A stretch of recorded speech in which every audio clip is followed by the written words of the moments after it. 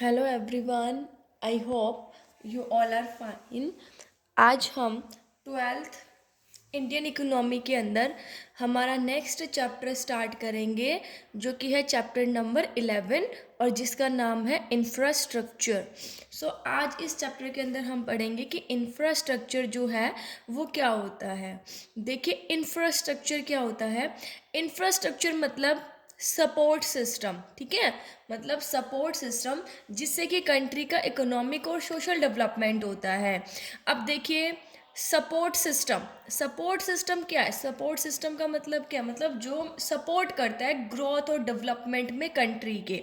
Like देखिए, जैसे transportation system हो गया, कम्युनिकेशन सिस्टम हो गया, एजुकेशन सिस्टम हो गया, हमारी मेडिकल सर्विसेज हो गई, ये सब किसके अंदर आती हैं, इंफ्रास्ट्रक्चर के अंदर आती हैं। तो कहते हैं, देखो डेफिनेशन से देखते हैं हम। It refers to support system of economic and social development of a country. मतलब ये क्या होता है, इंफ्रास्ट्रक्चर एक सपोर्ट सिस्टम होता है। किस चीज़ का सपोर्ट सिस्टम है ये, कंट्री के इकोनॉमिक और सोशल डेवलपमेंट का। मतलब without which economic growth and social development is not possible. कि अगर इंफ्रास्ट्रक्चर नहीं होगा तो उससे जो इकोनॉमी है वो ग्रो नहीं करेगी और सोशल डेवलपमेंट भी नहीं होगा। मतलब ना तो इकोनॉमिक ग्रोथ होएगी और ना ही सोशल डेवलपमेंट होगा। तो जो इंफ्रास्ट्रक्चर है वो सपोर्ट सिस्टम होता है एक देश का, जिससे कि उसका इकोनॉमिक और सोशल डेवलपमेंट होता है। सोशल डेवलपमेंट मतलब सोसाइटी से रिलेटेड, लोगों से रिलेटेड, ठीक है। मतलब कि हम कह सकते हैं कि जिससे ह्यूमन रिसोर्स का डेवलपमेंट होता है। और इकोनॉमिक में लाइक जो प्रोडक्शन एक्टिविटीज़ होती है, इंडस्ट्रियल डेवलपमेंट जिसे हम कह सकते हैं। तो इंफ्रास्ट्रक्चर जो है वो सपोर्ट सिस्टम होता है एक कंट्री का, जिससे उस कंट्री की इकोनॉमिक ग्रोथ होती है और सोशल डेवलपमेंट होता है। अगर इंफ्रास्ट्रक्चर नहीं होगा तो क्या होगा, डेवलपमेंट पॉसिबल नहीं है, ठीक है। अब आप देखिए कि अगर एजुकेशनल इंस्टीट्यूट्स नहीं होंगे तो क्या हम पढ़ पाएंगे, नहीं पढ़ पाएंगे, ठीक है। तो एजुकेशनल जो इंस्टीट्यूट्स हैं वो किसके अंदर इंक्लूड किए जाते हैं, हमारे किस में आते हैं, इंफ्रास्ट्रक्चर के अंदर आते हैं। अब देखिए, अगर मेडिकल सर्विसेज नहीं होंगी, ठीक है, अगर हम बीमार पड़ जाते हैं और उसके लिए हॉस्पिटल्स ही नहीं होंगे तो क्या हम सरवाइव कर पाएंगे, नहीं कर पाएंगे, ठीक है। तो जो इंफ्रास्ट्रक्चर है उससे क्या होता है, एक देश का इकोनॉमिक और सोशल डेवलपमेंट जो है वो होता है। अगर इंफ्रास्ट्रक्चर नहीं होगा तो ना ही इकोनॉमिक ग्रोथ होगी और ना ही सोशल डेवलपमेंट होगा, ठीक है। अब देखिए, ट्रांसपोर्टेशन, कम्युनिकेशन, इनके बिना भी लाइफ जो है वो पॉसिबल नहीं है। अब तो इंफ्रास्ट्रक्चर जो है वो बहुत ज़रूरी है। तो इंफ्रास्ट्रक्चर को दो पार्ट्स में क्लासिफाई किया गया है। देखिए, इकोनॉमिक इंफ्रास्ट्रक्चर और सोशल इंफ्रास्ट्रक्चर। आप कहोगे कि अगर ये चीज़ें नहीं होंगी तो भाई, इंफ्रास्ट्रक्चर अगर नहीं होगा तो क्या हम जी नहीं पाएंगे, जी पाएंगे, लेकिन हम बहुत सालों पीछे चले जाएंगे। जैसे पहले लोग आदि मानव होते थे, वो क्या करते थे, पेड़ों का ही मतलब पेड़ के पत्तों से बना के पहनते थे और पत्थर से चिंगारियाँ निकालते थे, ठीक है, और मांस वगैरह खाते थे।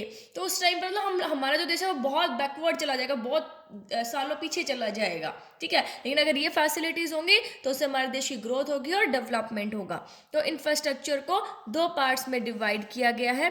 फर्स्ट है इकोनॉमिक इंफ्रास्ट्रक्चर और सेकंड है सोशल इंफ्रास्ट्रक्चर। अब देखिए बेटा, इकोनॉमिक इंफ्रास्ट्रक्चर क्या होता है।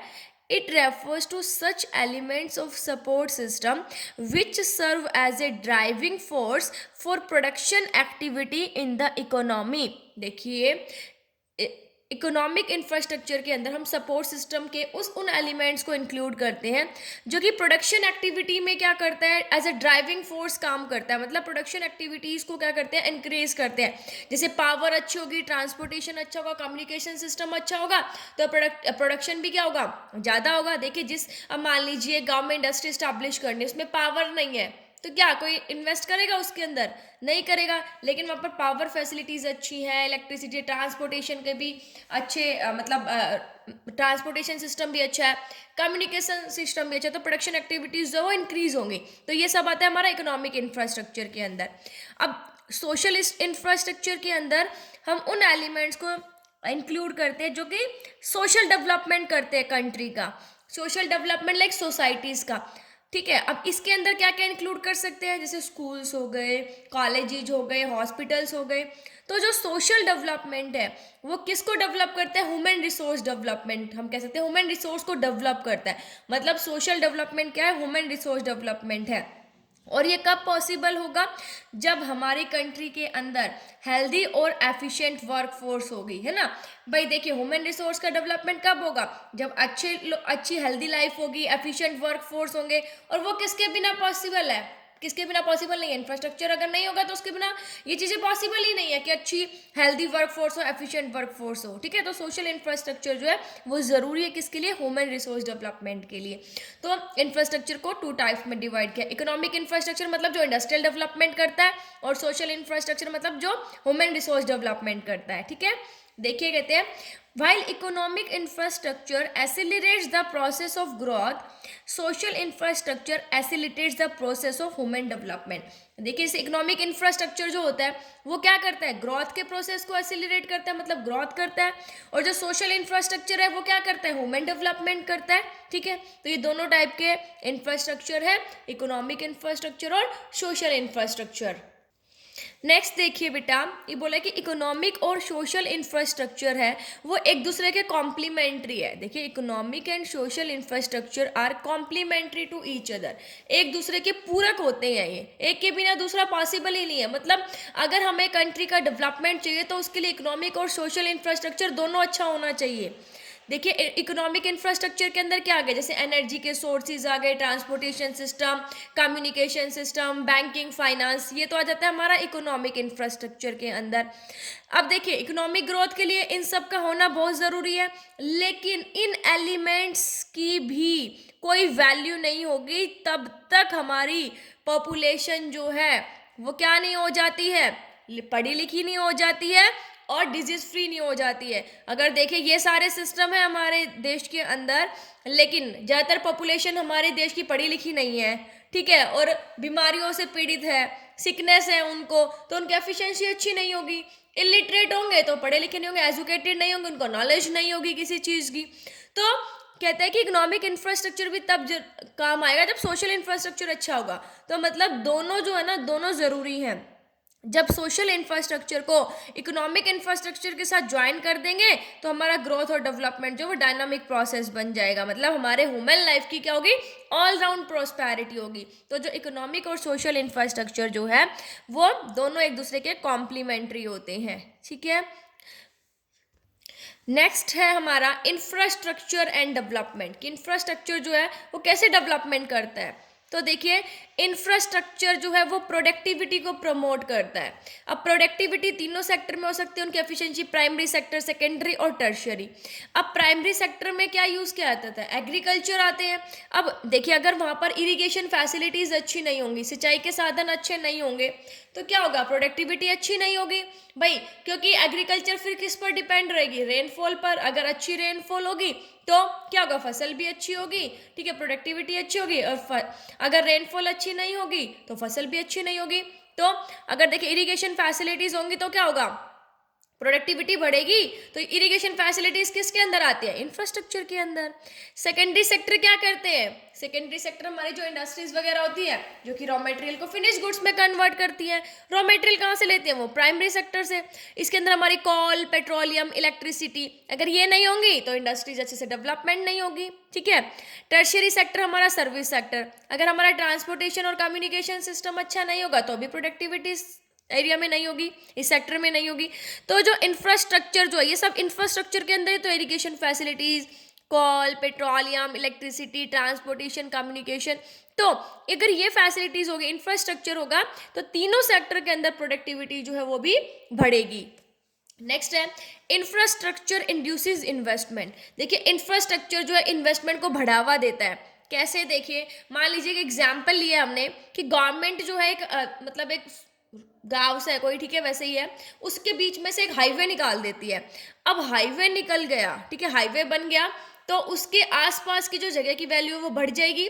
अब इंडस्ट्रियलिस्ट जो है वो क्या चाहेंगे कि हम यहाँ पर क्या करें, इंडस्ट्री एस्टैब्लिश करें। क्यों? क्योंकि हाईवे निकल गया, उनको पता है इजीली रॉ मटेरियल ले आएंगे और फिनिश गुड्स में कन्वर्ट करके इजीली चले जाएंगे। मतलब गुड्स एंड सर्विसेज का वो फ्री मूवमेंट कर पाएंगे, एफिशिएंट मूवमेंट कर पाएंगे, अच्छे से मूवमेंट कर पाएंगे हर क्षेत्र के अंदर। ठीक है, तो इससे बाकी भी क्या करना चाहिए, मतलब देखो अब इन्वेस्टमेंट बढ़ी ना, इन्वेस्ट करने के लिए क्या हो गए, लोग प्रेरित हुए। तो इंफ्रास्ट्रक्चर अच्छा होगा तो उससे क्या होता है, इन्वेस्टमेंट भी बढ़ती है। फिर है infrastructure generates linkages in production. अब लिंकेजेस इन प्रोडक्शन का मतलब क्या है कि जब एक इंडस्ट्री बढ़ती है ना तो उससे दूसरों को भी फायदा होता है। मतलब एक इंडस्ट्री के एक्सपेंशन से दूसरों को भी फायदा हुआ, दूसरी इंडस्ट्रीज भी बढ़ी। अब मैं एक प्लास्टिक बनाती हूँ, मतलब एज ए रॉ मटेरियल जो प्लास्टिक होता है वो, अब मैंने वो इंडस्ट्री स्टैब्लिश की, ठीक है, बढ़ी। अब इंडस्ट्री स्टैब्लिश की तो उससे क्या हुआ, जो कई लोग क्या करें, मेरे से प्लास्टिक लेके भाई कंटेनर बना रहे हैं, बकेट्स बना रहे हैं, तो इससे क्या हुआ, दूसरी इंडस्ट्रीज भी स्टैब्लिश हुई। ठीक है, अब मुझे पैसा चाहिए, मैं पैसा किससे लूंगी, बैंक से लूंगी। अब बैंक मुझसे हाई रेट क्या करेगा, इंटरेस्ट चार्ज करेगा। ठीक है, लेकिन अब देखिए हाई रेट ऑफ इंटरेस्ट तो चार्ज कर लिया, लेकिन जो बैंक के पास सरप्लस पैसा होता है वो भी कहीं ना कहीं वो इन्वेस्ट करते हैं। मान लीजिए उसने मेरी कंपनी के अंदर इन्वेस्ट कर दिया, मेरी इंडस्ट्री के अंदर इन्वेस्ट कर दिया, तो मेरा एक्सपेंशन हुआ तो उससे औरों का भी एक्सपेंशन होगा। ठीक है, तो इंफ्रास्ट्रक्चर जो है वो क्या करता है, प्रोडक्शन के अंदर लिंकेजेस जनरेट करता है कि अगर एक अच्छा होगा, देखिए अगर एक मतलब एक्सपेंशन होगा एक इंडस्ट्री का तो बाकियों का भी होगा। तो ये सारी चीजें किसके अंदर आते हैं, इंफ्रास्ट्रक्चर के अंदर। ठीक है, हमारा मुझे पैसे जो थी बैंकिंग ने क्या किया, अब मेरी इंडस्ट्री के अंदर इन्वेस्ट कर दिया, उससे क्या हुआ, बाकियों का भी एक्सपेंशन हुआ। फिर है infrastructure enhances size of the market. Infrastructure market का साइज भी बनाता है। अब देखिए भाई लार्ज स्केल प्रोडक्शन कब पॉसिबल होगा, जब मार्केट का साइज बड़ा होगा। तो इंफ्रास्ट्रक्चर जो है वो मार्केट के साइज को बड़ा भी करता है। कैसे करता है, देखिए अगर हम बात करें ब्रिटिशर्स के टाइम पे, वो क्या करते थे, बाहर से हमारे यहाँ से रॉ मटेरियल ले जाते थे इंडिया से, और फिनिश गुड्स ब्रिटेन में तैयार करके हमारे यहाँ पर बेचते थे, तो थोड़ी थोड़ी क्वांटिटी में बेचते थे। तो उन्होंने सोचा क्यों ना हम इंडिया के हर कोने के अंदर अपना प्रोडक्ट बेचे।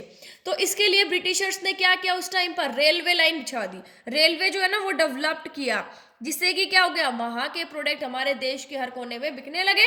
तो देखिए रेलवे के डेवलपमेंट से क्या हुआ, हमारा जो मार्केट साइज है वो इंक्रीज हो गया ब्रिटिशर्स के लिए, ब्रिटिशर्स ने अपना फायदा देखा। तो इंफ्रास्ट्रक्चर क्या करता है, मार्केट के साइज को बढ़ाता है। भाई रेलवे किसके अंदर आती है, इंफ्रास्ट्रक्चर के अंदर ही तो इंक्लूड की जाती है।